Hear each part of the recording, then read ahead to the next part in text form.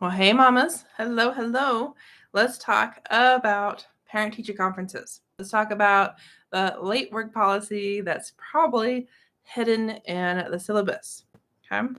So before we talk about those things that need to be done, things that need to be learned between now and that end of quarter one meeting with the teacher, I want to know, has your child read the syllabus?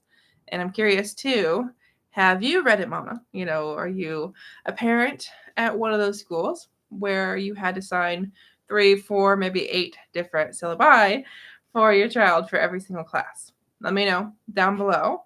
And do you know we can talk about each syllabus in depth as well as your teen study skills through a free consultation. All you gotta do is go to the link in the bio, but be sure to do that after the video. All right. You're going to hear me say this a lot this week, mamas, as we are talking about preparing for parent-teacher conferences, as we're talking about, okay, what are some good things and not so good things that can happen at parent-teacher conferences. We've got to start with the syllabus, okay? Before I talk about late work specifically, I want to tell you a quick story. So yesterday, I'm working with a high school freshman, and I've asked him to have every syllabus for every class ready to go. Because this is our first time we're meeting this year. And, it's been a little while. And we worked together when he was still an 8th grader. And it's like, okay, have you read each syllabus? And he's like, yeah. So then I ask him, well, what's the late work policy? And he tells me, well, some classes it's this, some classes it's that. Okay, that's red flag number 1. So if you know your child's read each syllabus or your child says he's read each syllabus, ask your child that question. What's the late work policy in each class? And your teen needs to know. Okay, it's essential. Or at the beginning of a semester, it's before parent-teacher conferences, your teen needs to know what are his teacher's expectations. Now, there could be a rule per teacher, like it was for this particular student I met with yesterday. It could also be a blanket policy for that particular school or even the district. Or it could be a mix of both. I've had some students and been a student where there's a district policy, but then teachers are allowed to modify as they want. Okay, so that's step number 1. Your teen has to know what the policy is. Okay, once your teens know what the late work policy is for each class, after reading the syllabus, the question is, okay, well, what do we do with this knowledge? Okay, well, what I wanted this student to do, and I want everyone watching to do, is pretty simple. I want your teen to condense that information. Okay. Now, as a study skills tutor, as a CEO and founder of Ace Cookie Tutoring, I want your teens to do all their homework. I want them to study for every test. Like, that's the ideal situation. But that doesn't always happen, no matter, how hard I try, how hard they try. And that changes with study skills and better time management. But we want your teen to have these policies condensed. So that way, in a case that, homework's going to have to wait and homework's just going to have to be late. Not only are we waiting, it's going to be late.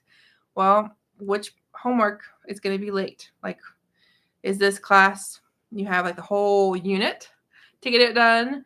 Whereas this class, hey, it's due one day, it goes down 10%. Every day it's 10%. Or even I've had teachers, and I know family members have done this, and it's kind of drastic, but at the same time, again, from an educator side of things, from a tutor's perspective, I want students to get stuff in on time. So some teachers might be as drastic as, hey, it's late, it's going to be a max 50%. Okay? Your teen needs to know the difference.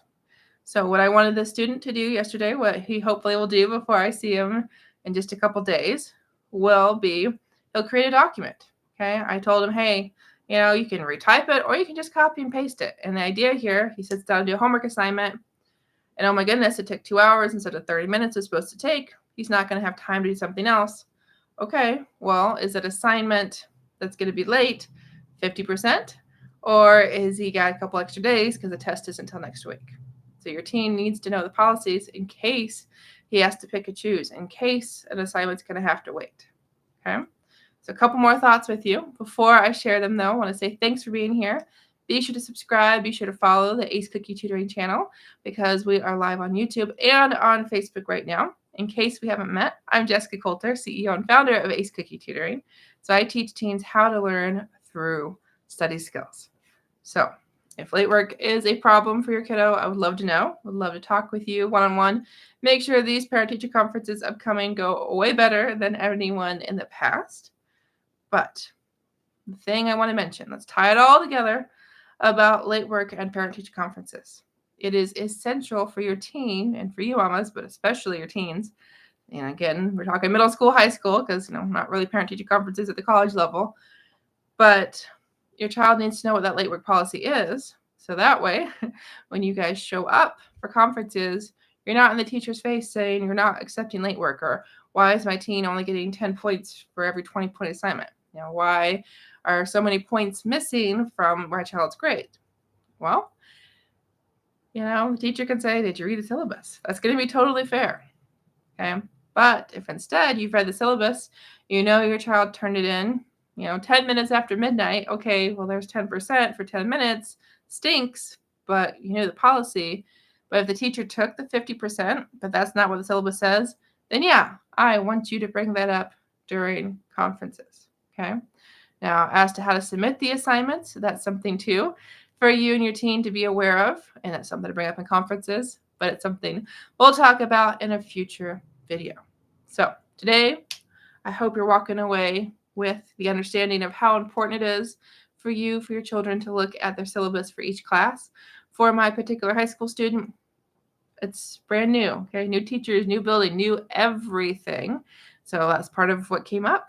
We talked about, okay, this is what's happening this year.